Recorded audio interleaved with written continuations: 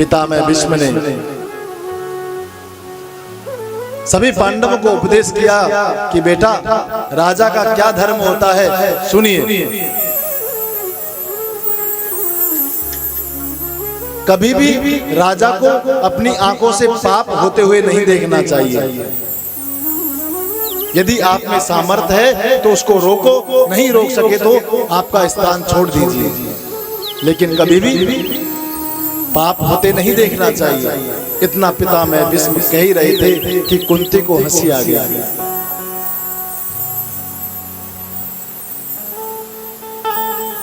पितामह भीष्म ने कहा, बेटी मैं राजधर्म की शिक्षा दे रहा हूं, यहाँ गंभीर बातें चल रही है और तुम हंस रही हो। मेरे समझ में नहीं आया तुम्हें हंसी क्यों आई, इसका कारण बताओ। द्रौपदी ने कहा, नहीं बाबा वो तो ऐसे। पितामह भीष्म बोले, कुलवती नारियां जो होती है ना वो व्यर्थ नहीं हंसती, उनके हंसने के पीछे कोई ना कोई कारण होता है। आज तुम्हें बताना होगा कि तुम्हें हंसी क्यों आई। द्रौपदी कहती है, बाबा आज तो आप बड़ी बड़ी शिक्षा दे रहे हैं, बड़ी बड़ी बातें कर रहे हैं कि पाप होते हुए अपनी आंखों से नहीं देखना चाहिए। अरे याद करो वो पल जब दुष्ट दुर्योधन भरी सभा में एक रजस्वला स्त्री को पकड़ कर लाया और निर्वस्त्र करने का प्रयास कर रहा था। उस सभा में आप सबसे आगे बैठे थे।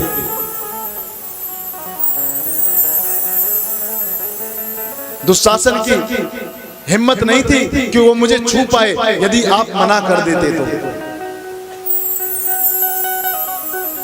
लेकिन आप वहां पर मौन रहे और आज कहते हो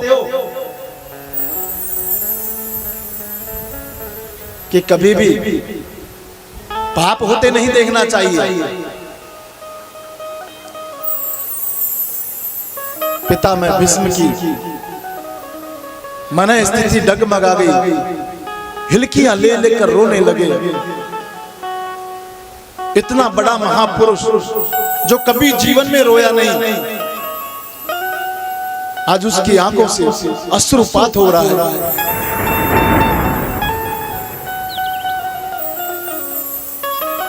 बोले, बेटी ये जो सरसैया पे आज मैं पड़ा हूं ना, मुझे याद है पिछले 20 जन्मों की कि मैंने कभी जीवन में कोई पाप नहीं किया।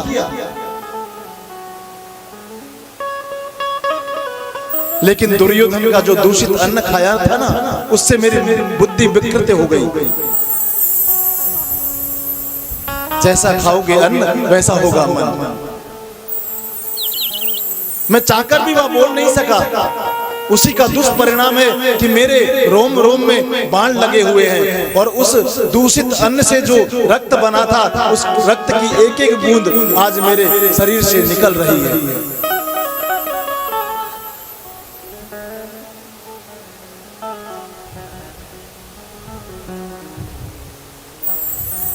सभी को उपदेश किया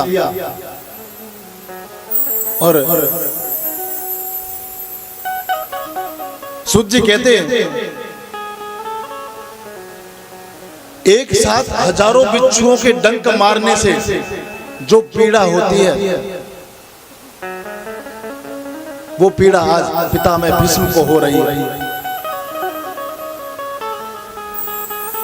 मुझे इंद्र नहीं मार सकता, क्योंकि मुझे इच्छा मृत्यु का वरदान है। पितामह भीष्म कहते हैं, कोई मार नहीं सकता मुझे। मैंने अपने प्राणों को रोक रखा है तो केवल मेरे कन्हैया की प्रतीक्षा में कि कब मेरे कन्हैया मेरी आंखों के सामने आए और मेरे प्राणों को मैं त्यागूं। अंत मति सो गति। ऐसी मृत्यु किसको प्राप्त हो सकती है? सामने कन्हैया खड़े हैं। अब मेरा मन शुद्ध हो गया। मेरी बुद्धि भी शुद्ध हो गई, क्योंकि जो दुर्योधन का मैंने दूषित अन्न खाया था ना, उसका जो रक्त था वो एक एक बूंद करके निकल चुका है।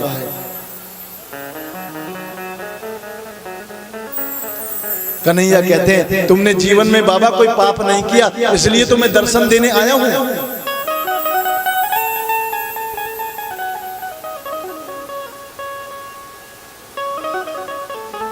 द्रौपदी ने चरण पकड़कर कहा, बाबा आपके मन को कष्ट देने का मेरा कोई मंतव्य नहीं था।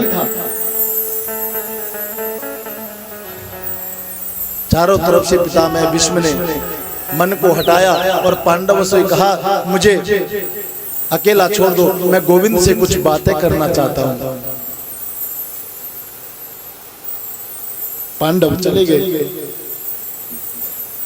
पितामह भीष्म ने बड़ी सुंदर स्तुति की मेरी गोविंद की।